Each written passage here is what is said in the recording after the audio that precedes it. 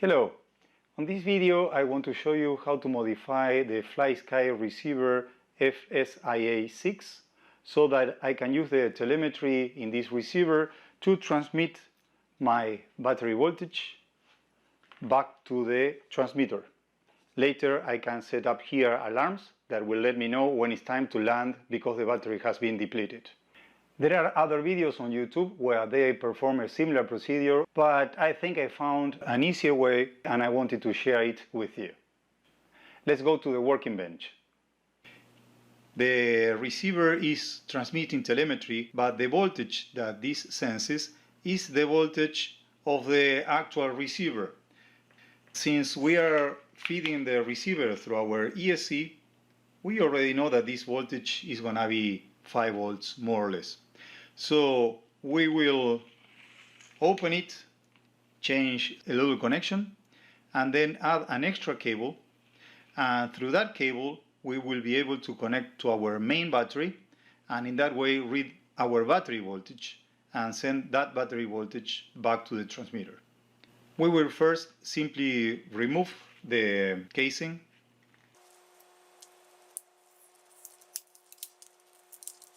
Completely.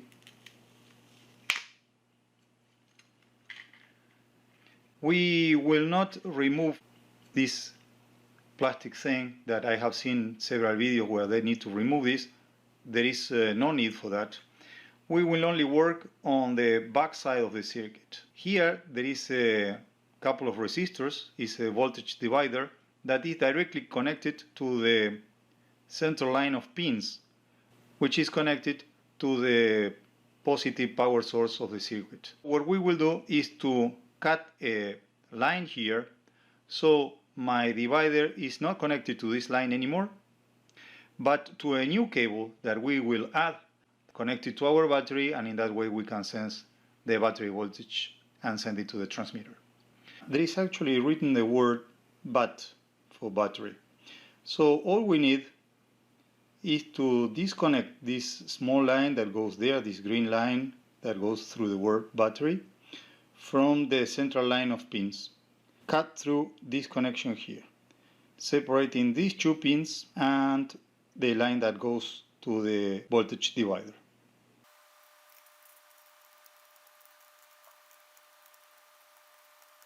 Still needs a little bit more to make sure that there is no connection between the central pins and this extra dot that I have here, and no connection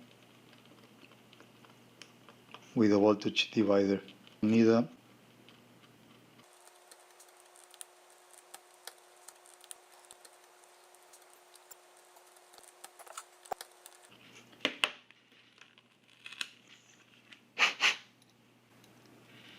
Now that I believe I cut the circuit with my knife, I can go ahead and test with my multimeter. First, as you can see, I will show you that all these central pins are connected with each other because they are gonna provide 5 volts to your servos when you connect the servos to these channels. So now let's see that we don't have continuity between the central line with this pad here. So there is no continuity there, so I did a good job here breaking the circuit. And by the way, there is no connection either with the voltage divider. Now this pad is still connected to the voltage divider. I will also remove a little bit of this green paint here just to make sure that I have a good connection.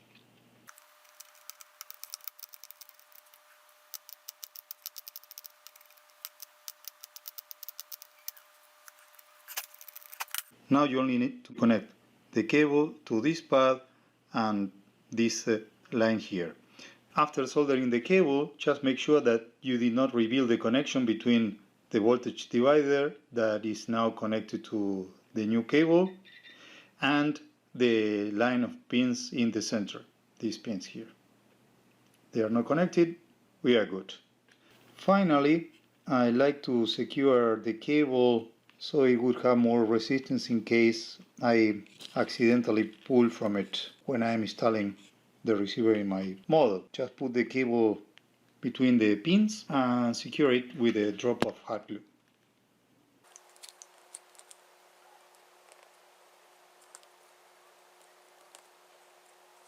Now I will case it back again, and then I will show you how it works.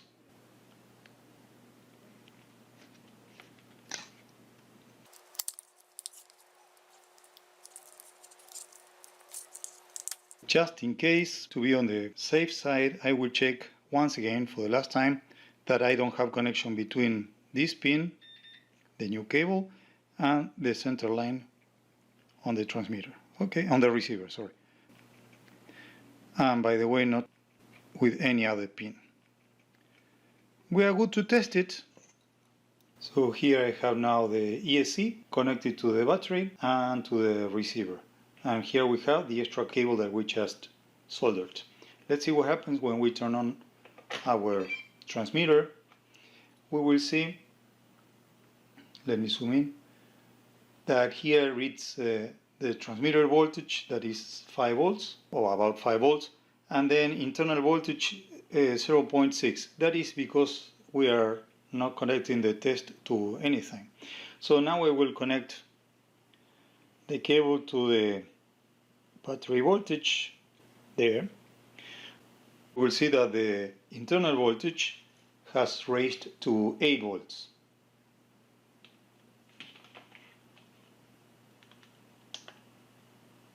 It's measuring 8 volts because I'm measuring the voltage of my 2-cell battery. Just to try a different thing, we can measure the voltage of a single cell. So it will be about 4 volts, yes. It is now reading 4.1 volts. Now if you wonder how I modified my FlySky FS-IA6 transmitter so that it can display the battery voltage and also the error, which actually tells me about the quality of the connection between the transmitter and the receiver, I will put in a separate video the firmware upgrade so that we can pass from this brand new transmitter 6 channels FlySky FS-IA6 to something like this one, where you can have 10 channels, telemetry, and a timer so that you can know your flying time when you land your plane. Below on the description you will find an affiliate link in case you want to buy this receiver or anything else on eBay and you want to give me a hand. Just enter eBay through that affiliated link, and then eBay will pay me a little percentage of your purchase. Thank you very much for watching. I hope this was a useful video for you. Leave comments if something is not clear, and then I might create an update to this video. Bye.